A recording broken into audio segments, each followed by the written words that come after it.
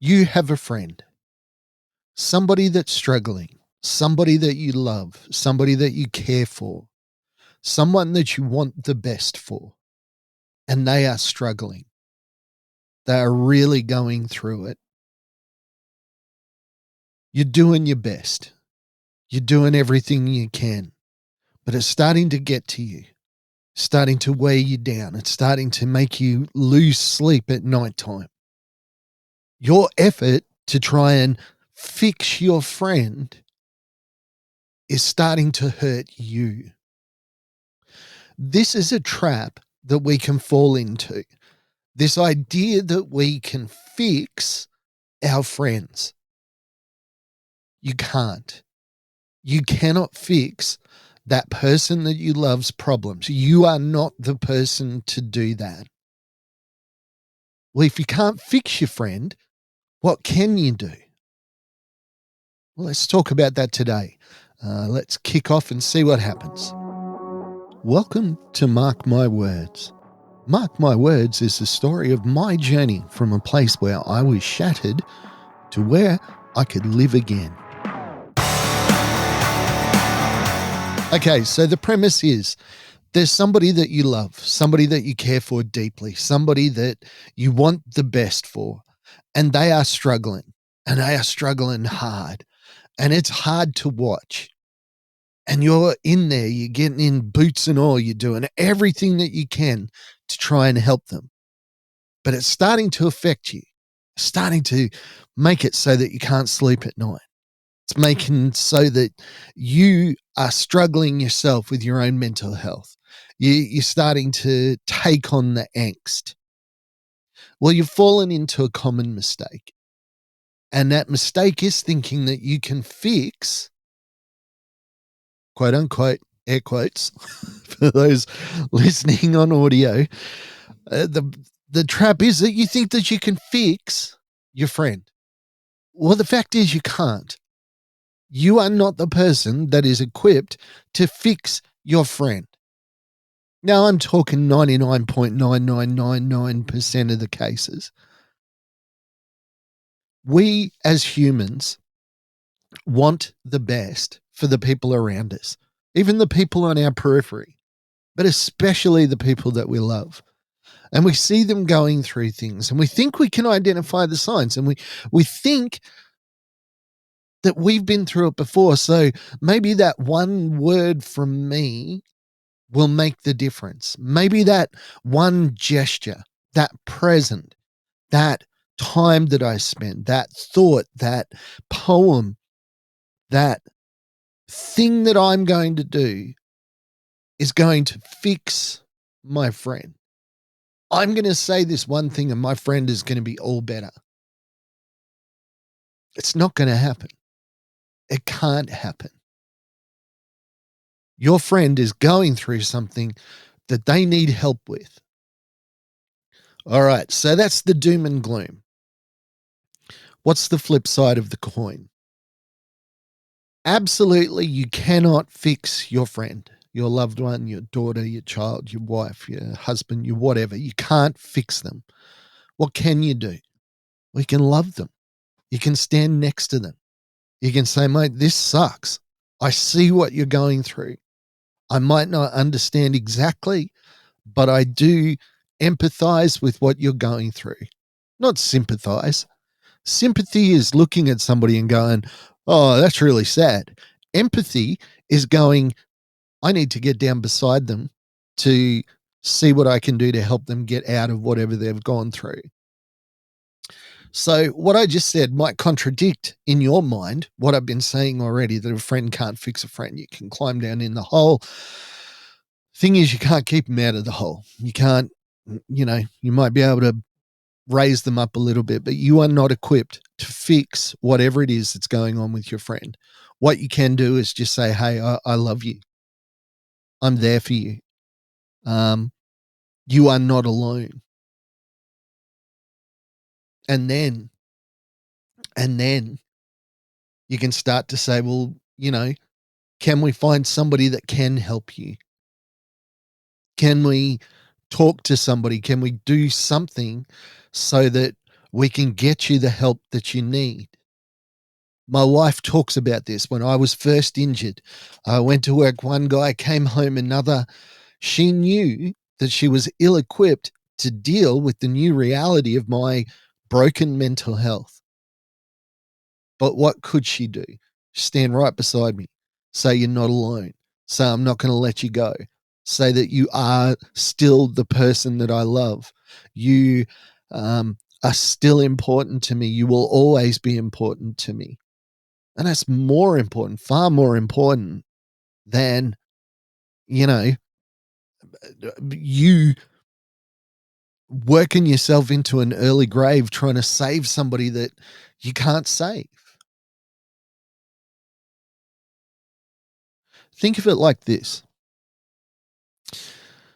you're in the middle of the ocean, and let's take sharks out of the equation.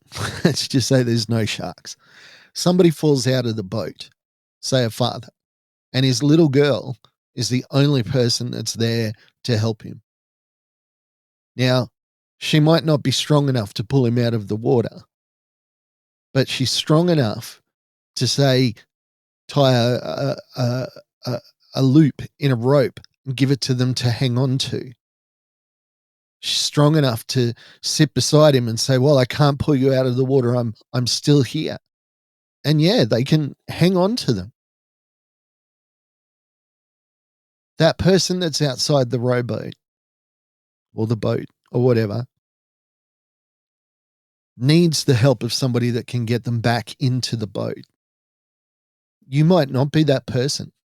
You might be the person that throws the life vest, one of those circles, the life buoys. Maybe you're that guy. And your job is to keep the person calm, let them know that they're not being left alone, and help them to call for help. Help them to just keep on hanging until the problem, till the real help, till the actual help can survive. Now, why is this important? We've alluded to this in the beginning. We have all lost sleep over someone that we care about. We're worried about them. We're concerned for some reason. We've all done that. The danger is that you start to put your own mental health at risk in your desperation to try to do anything. We've done everything we can and it's still not working. Why? What have I done wrong? It is a human, I don't know, failing that we want to help everybody that we possibly can. But the intelligent thing to do, the smart thing to do, the safe thing to do is realize that sometimes you are not that guy. You are not the person that's going to be able to bring change in this situation. As much as you want to, as much as you desperately want to, you may not be the person. However, you can be the person that throws a lifeline. You can be the person that calls the lifeguard. You can be the person that encourages them to keep holding on. You can't help somebody else if you're not safe. Somebody's drowning in the ocean. The last person that you need to dive in after them is somebody that can't swim, somebody that doesn't know the water, somebody that doesn't know how to get the person back in the boat, because then you'll both go down. Look, I'm not saying cut yourself off from that person. In fact, I'm telling you the opposite. As much as you can, be an encourager. As much as you can, love them. But at all times, you have to keep yourself safe. Because if you're not safe, if you're not standing on a good, solid mental health basis with great support systems around you, you can get sucked in as well. And that's dangerous for both of you. Someone needs to hear this. Someone today, almost, you've heard the expression, they're pulling their hair out with concern.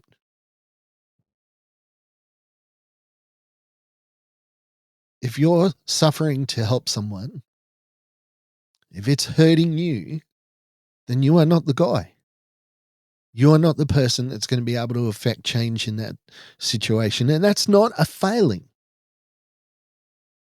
It's not that you've let them down or you haven't been a good friend or a good husband or a good wife. You've got to take care of yourself, because if you aren't stable, if you aren't secure, you can't help somebody else. You are doing a great job. And those people around you, they desperately need you. But they need you to have a clear head. And why do we have lifeguards? It's because they're not emotionally invested in trying to save somebody. If they were, they'd be a lot more gentle in their rescues. You ever seen what they'll do to try and save somebody's life? How much damage they can inflict? Chest compressions can break ribs, especially when the adrenaline's flowing. But they're trained. They know what they're doing. They know that a little bit of pain in the initial is going to work out better for them. There was a guy I knew, had a heart attack at a radio station. He was 28 years old. And me and another guy worked on him for a half hour. Well, sorry, we worked on him for 20 minutes. Then the fireys showed up and they worked on him for another 15. And when I say worked on him, it was compressions, 50 and then 2 breaths. And I'm not a small lad, and neither was the other guy that was helping. And I asked this fella afterwards in the hospital, I said, "How do you feel?" And he said, "My chest hurts." And I was like, "Well, of course, mate, you had a heart attack." And it's like, "No, my chest is bruised. It's, you know, the people that were working on me,"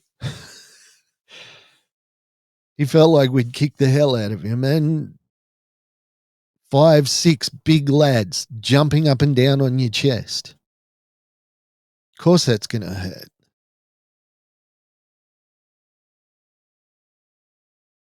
But in that instance, fireys knew what they were doing. The guy I was with was a nurse. We knew what we were doing. And what we were doing was hard on this guy's body, but it saved his life. And that's what sometimes a therapist can bring to the equation. Hard truths. Truths that are not, affected by emotion. I love you, so I don't want to say the hard things to you. I love you, so I don't want you to have to go through worse things. Because a therapist is going to do that. Therapy sucks.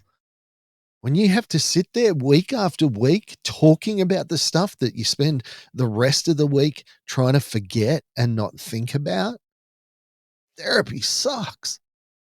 But it's necessary and it's hard.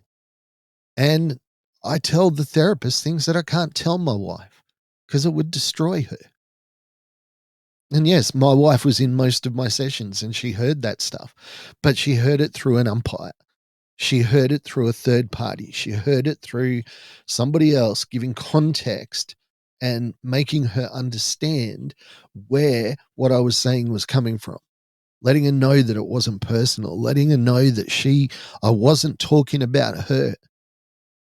I mean, you tell somebody that you love sitting right in front of you, you feel desperately alone, it's going to hurt them. Unless somebody else is there just going, you understand that this is completely him. This is not you. He knows that you're there. Look, somebody needed to hear this today. Somebody will need to hear it. Sometimes. I would say every time. It's okay to say, you know what? I can't fix this situation. So what can I do? I can't make them better. I can't make them happy. I can't change their situation. So what can I do? Maybe I can buy them an ice cream. Maybe I can just sit with them. Maybe I can let them know that they're not alone. Just always remember, friends cannot fix friends, but we can love them. We can cry with them. We can support them. We just can't fix them. You know what? It's okay. It's okay to admit that. Alrighty. I was expecting this one to take 3 minutes. I am surprised at how long it's actually taken. Yeah, hit me up on the socials or the faces or whatever. Like, share, and subscribe if you would. I mean, I'd appreciate it. But otherwise, no worries. I will chat to you again next week. Bye for now.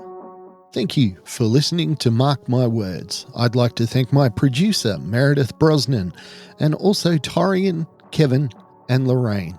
And I can't forget the band Adelaide, who allows us to use their song as our theme.